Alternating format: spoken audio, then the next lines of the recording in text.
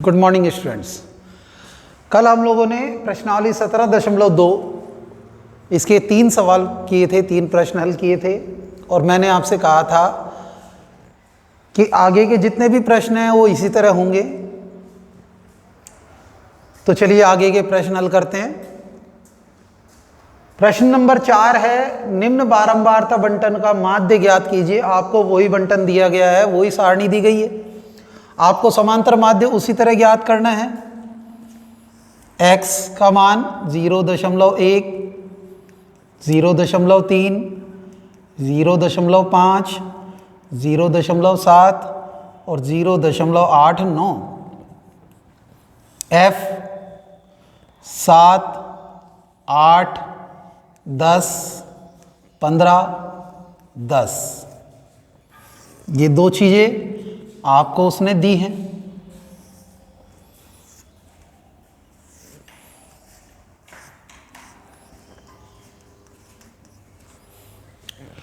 जैसा कि मैंने आपको बताया था कि ये 2 चीजें आपको देगा, आपको क्या ज्ञात करना है, fx, इन दोनों का गुणा। तो कल मैंने आपको दशमलव वाला सवाल कराया था जिसमें आपको मैंने दशमलव की संख्या से इस संख्या को गुणा करना सिखाया था। तो 0.1 को जब हम 7 से गुणा करेंगे तो 0.7, 0.3 को जब हम 8 से गुणा करेंगे तो 8 गुणा 3 कितने हो गए, 24 यानी कि 2.4। 5 गुणा 10 कितने हो गए, 50 यानी कि 5.0 और 15 गुणा 7 कितने हो गए, 105 यानी कि 10.5 और 0.89 को जब आप 10 से गुणा करेंगे तो कितना आएगा, 8.9 हो गया गुणा। अब हम योग ज्ञात करेंगे, fx का योग और f का योग।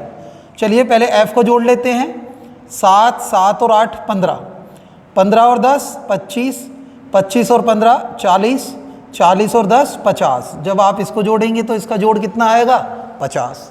अब आप इसको जोड़ेंगे, 7, 7 और 4 11, 11 और 5 16, 16 और 9 25, 25 का 5 हासिल 2, 2 और 2 4, 4 और 5 9, 9 और 8 17, 17 का 7 हासिल 1 और 1 2, तो 27.5 ये किसका योग आया, fx का, और f का योग कितना आया, 50। समांतर माध्य x बार, इसका सूत्र क्या होता है, सिग्मा fx बटे सिग्मा f। सिग्मा fx 27.5 और सिग्मा f 50। अब 27.5 में आपको किसका भाग देना है, 50 का।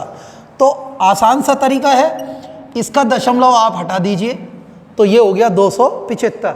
अब ध्यान दीजिए, जब आपने इसका दशमलव हटाया है तो नीचे शून्य आएगी। कैसे आएगी, दशमलव के बाद इसमें कितने अंक है, 1, तो 1 शून्य और आ जाएगी नीचे, तो नीचे हो जाएंगे कितने, 500। अब आप 275 में कितने का भाग देंगे, 500 का। इधर देके देखते हैं, 500 का भाग जाएगा, नहीं जाएगा। तो फिर क्या करेंगे, दशमलव लगाएंगे और दशमलव लगाते ही यहाँ क्या आ जाएगा, 0। अब ये हो गया 2750। इसमें 500 का भाग देंगे कितनी बार, 5 बार। कितना आएगा, 2500। 2750 में से 2500 घटाएंगे तो 250। अब 500 का भाग 250 में जाएगा, नहीं जाएगा। फिर यहाँ शून्य आ जाएगा, क्यों, क्योंकि दशमलव आप पहले ही लगा चुके हैं। तो 500 का भाग 2500 में कितनी बार जाएगा, 5 बार। तो 0.55 यानी कि 0.55 ये आपका उत्तर होगा। ये समांतर माध्य बिल्कुल उसी तरह करना है जिस तरह आपने 3 सवाल किए थे कल। आज मैंने एक और करा दिया, चौथा। इससे आगे भी इसी तरह हल करने हैं अपन को। चलिए अगले सवाल पर चलते हैं। यह है आपका अगला प्रश्न, हल करेंगे x और f। x का मान 1, 2, 3, 4, 5, 6। और f का मान 45, 25, 19, 8, 2 और 1। क्या ज्ञात करेंगे? fx। और fx ज्ञात करने के बाद ज्ञात करेंगे योग। तो पहले fx ज्ञात कर लेते हैं। 1 गुणा 45, 45, 2 गुणा 25, 25 दूनी 50, 3 गुणा 19, 19 तिया 57, और 4 गुणा 8, 8 चौक 32, 5 गुणा 2, 10, 6 गुणा 1, 6। ये मैंने इनको गुणा कर दिया। अब इनको जोड़ना है तो जोड़ते हैं। 5, 5 और 7 12, 12 और 2 14, 14 और 6 20, 20 की 0 हासिल 2, 2 और 4 6, 6 और 5 11, 11 और 5 16, 16 और 3 19, 19 और 1 20। कितना आया? 200। अब बारंबारता को जोड़ते हैं। 5, 5 10, 10 और 9 19, 19 और 8, 19 और 8 कितने हो गए? 27, 27 और 2 29 और 1 30, 30 की 0 हासिल 3, 3 और 4 7, 7 और 2 9, 9 और 1 10। कितना आया? 100। अब ज्ञात करते हैं समांतर माध्य x बार। सूत्र क्या है? सिग्मा एफ एक्स बटे sigma F. Sigma F x जोड़ने पर कितना आया? 200। सिग्मा एफ जोड़ने पर कितना आया? 100। तो 200 में हम जब 100 का भाग देंगे तो उत्तर कितना आएगा? 2।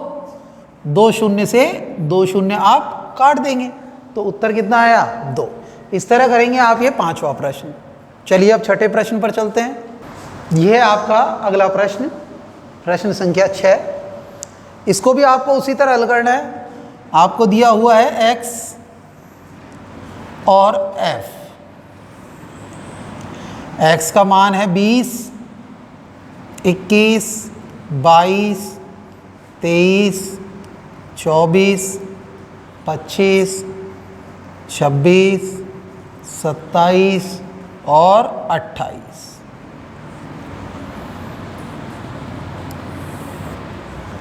और f का मान क्या क्या है? 1, 2, 6, 7, 4, 2, 3, 2, 3। लिख दिया सही क्रम में। अब ज्ञात करेंगे एफ एक्स। दोनों को गुणा करो। 20 गुणा 1 20, 21 गुणा 2 21 दूनी 42, 22 गुणा 6, 22 को 6 से गुणा करोगे तो 22 की 132, 23 गुणा 7, जब 23 को 7 से गुणा करते हैं 7 या 21 का 1 हासिल 2, 7 दूनी 14 और 2 16 161, 24 गुणा 4, 4 चौक 16 का 6 हासिल 1, 4 दूनी 8 और 1 9, 24 चौक 96, 25 गुणा 2 25 दूनी 50, 26 गुणा 3 6 तिया 18 का 8 हासिल 1, 2 तिया 6 और 1 7, 27 गुणा 2 27 दूनी 54, और 28 गुणा 3 करिए 8 तिया 24 का 4 हासिल 2, और 3 दूनी 6 और 2 8, कितने आ गए? 84। कर दिया गुणा। अब आपको इसका क्या ज्ञात करना है? योग। चलिए पहले बारंबारता को जोड़ लेते हैं। 1 और 2 3, 3 और 6 9, 3 और 6 9, 9 9 और 7 9 और 7 हो गए 16, 16 और 4 20, 20 और 2 22, 22 और 3 25, 25 और 2 27, 27 और 3 30। तो इसको जोड़ने पर कितना आ रहा है? 30 आ रहा है। अब इसको जोड़ते हैं एफ एक्स को। 2 2 4 और 1 5, 5 और 6 11, 11 और 8 19, 19 और 4 23, 23 और 4 27, 27 का 7 हासिल 2, तो 2 और 2 4 और 4 8, 8 और 3 11, 11 और 6 17, 17 और 9 26, 26 और 5 31, 31 और 7 38, 38 और 5 43, 43 और 8 कितना 51, 51 का 1 हासिल 5, 6 और 1 7। तो इसको जोड़ने पर आ रहा है 717। तो समांतर माध्य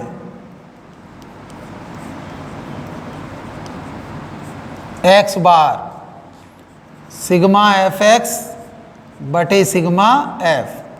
सिग्मा एफ एक्स कितना है 717 और सिग्मा एफ कितना है 30।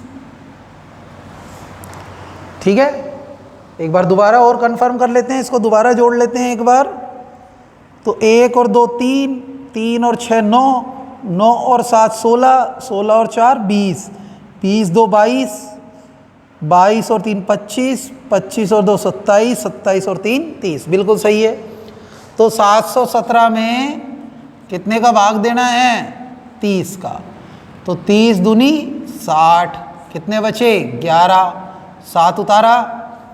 ठीक है, अब कितनी बार जाएगा 3 बार, 30 तिया 90, घटाइए कितने बचे 27। अब दशमलव लगा दो, 0 आ गया। अब कितनी बार जाएगा 9 बार, 9 तिया 27 यानी कि 270, 23.9 ये इसका उत्तर हो जाएगा। तो कितने प्रश्न हो गए हमारे 6। चलिए अब अगला प्रश्न देखते हैं। यह आपका 7वां प्रश्न। निम्न बंटन का माध्य 7.5 हो तो P का मान ज्ञात करो। ये थोड़ा सा अलग सवाल है, करने का तरीका वही रहेगा, उसी तरीके से आपको इसको भी हल करना पड़ेगा। लेकिन इसमें क्या किया उसने, इसमें जो बारंबारता है उसमें से एक संख्या को हटा दिया, आपसे उसी संख्या का मान पूछ रहा है और बाकी जो उत्तर आप ज्ञात करते हो वो उत्तर उसने दे रखा है। यानी कि हल करके उसने हमको दे रखा है और बारंबारता में से एक संख्या को हटा दिया और जो संख्या हटाई है वो संख्या वो हमसे पूछ रहा है। तो आप लोगों को अब P का मान ज्ञात करना है। P का मान किस तरह ज्ञात करेंगे, उसी तरह करेंगे जिस तरह आप सवाल करते आ रहे हैं। x 3 5 7 9 11 13, f 6 8 15, p 8 4, F x.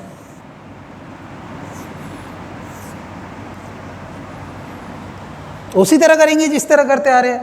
6 गुणा 3 6 3 18, 8 गुणा 5 8 5 40, 15 गुणा 7 105, 9 गुणा पी 9 पी, 11 गुणा 8 88 और 13 गुणा 4 52। कर लिया गुणा। अब आपको योग ज्ञात करना है,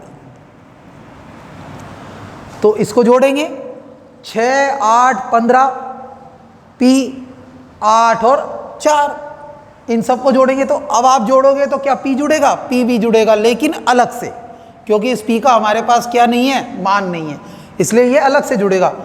तो 6 और 8, 6 और 8 हो गए 14, 14 और 15 29, 29 और 8 37, 37 और 4 41। तो 41 प्लस पी, ये तो एफ का योग आ गया। अब इसी तरह एफ एक्स को जोड़ेंगे 18 40 105 88 और 52। आप इसको जब जोड़ेंगे संख्या संख्या तो ये आएगी 303 प्लस ये 9p, ये अलग से जुड़ेगा। तो समांतर माध्य x बार, सूत्र क्या होता है सिग्मा एफ एक्स बटे सिग्मा एफ। अब देखिए इस सूत्र में जो जो मान हमको दिए हुए हैं वो सारे रखेंगे। सिग्मा एफ एक्स कितना है 303 प्लस 9p, सिग्मा एफ कितना है 41 प्लस p, और x बार यानी कि समांतर माध्य उसने दिया हुआ है, कितना दिया है 7.5, तो ये 7.5 रखेंगे। उत्तर की जगह रख दिया उसको। अब इसका दशमलव हटाएंगे तो नीचे एक शून्य आएगी, 303 प्लस 9p बटे 41 प्लस p। अब यहाँ से हम इसको क्या करेंगे, वज्र गुणा करेंगे। इस 10 को इन दोनों से गुणा करेंगे, यानी कि 10 गुणा 303 प्लस 9p बराबर 75 को आप इन दोनों से गुणा करेंगे, 75 गुणा 41 प्लस p। तो गुणा करिए, 10 को पहले 303 से करेंगे तो 3030, 10 को फिर 9p से करें, 10 गुणा 9 90p। 75 को आप 41 से गुणा करेंगे, 75 गुणा 41, तो 75 गुणा 41 करेंगे तो 3075 आएगा, प्लस 75 गुणा p 75p। कर दिया गुणा। इस तरह गुणा करने के बाद में जो हमारी p वाली संख्या है, एक तो ये रही और एक ये रही, इन दोनों संख्याओं को एक तरफ रखना है बराबर के, और जो p से रहित संख्या है जिसमें p नहीं है, उन संख्याओं को दूसरी तरफ रखना है। तो देखिए इधर 90p है, तो ये 90p तो हम बराबर के इधर रखते हैं, उस 75p को बराबर के इधर लेके आएंगे। तो जब भी कोई संख्या बराबर के इधर, ये बराबर का चिन्ह है, इस बराबर के इधर या उधर जब भी कोई संख्या जाती है तो उसका चिन्ह परिवर्तित हो जाता है। तो ये 75p है, ये प्लस का है, तो इस 75p को जब हम इधर की तरफ लाएंगे बराबर के, तो ये माइनस का हो जाएगा 75p। उधर हमारे 3075 है, तो इधर से जब हम 3030 को हम उधर की तरफ लेके जाएंगे तो वो हो जाएगा 3030 माइनस, तो 90p में से 75p घटाएंगे तो कितने p बचेंगे, 15p। और 3075 में से 3030 घटाएंगे तो कितने बचेंगे, 45। तो यदि हमको p का मान ज्ञात करना है तो हमें इस 15 का क्या देना पड़ेगा, भाग। तो 45 में हम कितने का भाग देंगे, 15 का, तो 15 का भाग जब 45 में जाएगा तो कितना आएगा, 3। तो p का मान हमारा कितना होगा, 3 होगा। तो इस तरह आप लोगों को इस प्रश्न को हल करना है। इस प्रश्न में p का मान कितना आया, 3, यानी कि इस संख्या की जगह हमारा मान, इस p की जगह हमारा मान कितना है, 3। यदि हम यहाँ 3 रखेंगे और इस प्रश्न को हल करेंगे तो हल करने पर हमारा उत्तर कितना आएगा, 7.5। ठीक है। इससे अगला जो प्रश्न है 8वां, वो भी इसी प्रकार करना है, वो भी इसी तरह हल करना है। ठीक है, चलिए देखते हैं। यह है आपके 8वां प्रश्न, 17 प्रश्नावली 17.2 का 8वां प्रश्न, अंतिम प्रश्न। ठीक है। अभी आप लोगों ने 7वां प्रश्न हल किया था, उसी तरह आप लोगों को इस प्रश्न को भी हल करना है। आपने जब 7वां प्रश्न हल किया था तो उसमें एक बारंबारता अज्ञात थी, जो उसकी जगह आप p का मान लिखा हुआ था कि p का मान ज्ञात कीजिए। यहाँ हमारे पास में इस प्रश्न में निम्न बारंबारता बंटन का माध्य है 1.46, तो अज्ञात बारंबारता ज्ञात करो। अज्ञात बारंबारता, ये बारंबारता है, इसमें से अज्ञात कौन सी है, ये और ये 2 अज्ञात है। आपको इन दोनों बारंबारताओं का मान ज्ञात करना है। इसकी जगह अगर आप लोग x या y इस तरह लिखते हैं तो आपको x का और y का मान ज्ञात करना है। किसका मान ज्ञात करना है, x का और y का। इससे पिछले प्रश्न में आपने किसका मान ज्ञात किया था, p का, 1 का मान ज्ञात किया था। अब यहाँ कितने का मान ज्ञात करना है, 2 का, x का और y का। चलिए प्रश्न हल करते हैं। उसी तरीके से प्रश्न हल होगा जिस तरीके से आप करते आ रहे हैं। x 0 1 2 3 4 और 5, बारंबारता 46, x y 25 10 और 5।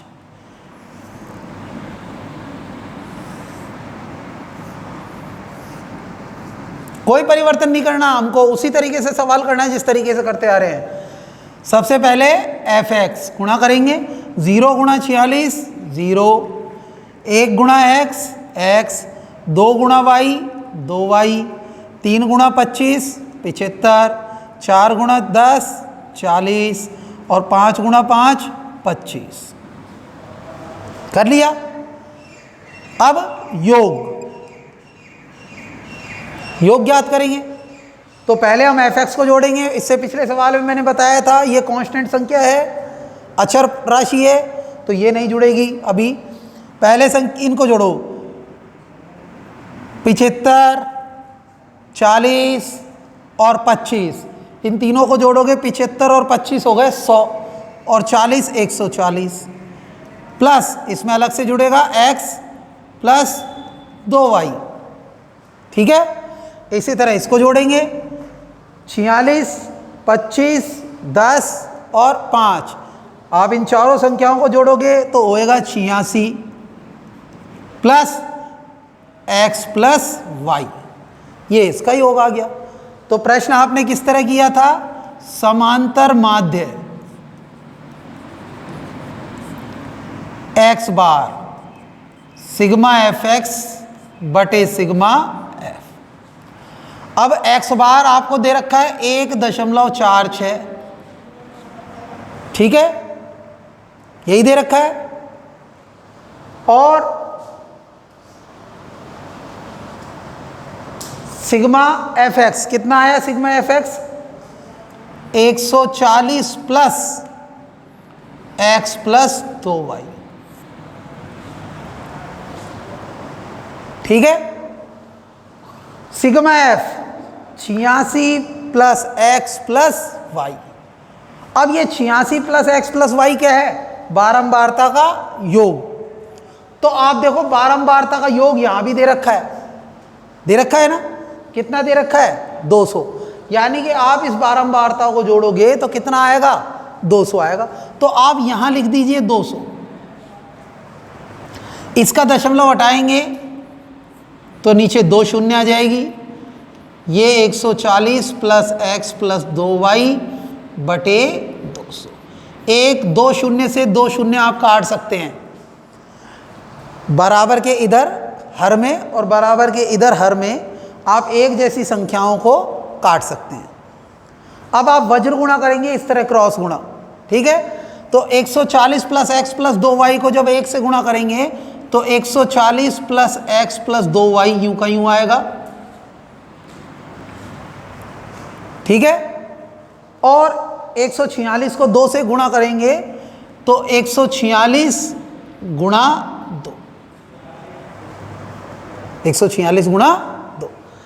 तो 140 प्लस x प्लस 2y बराबर 146 गुणा 2 करो, 6 दूनी 12, हासिल 1, 4 दूनी 8 और 1 9 और 2 एकम 2, 292।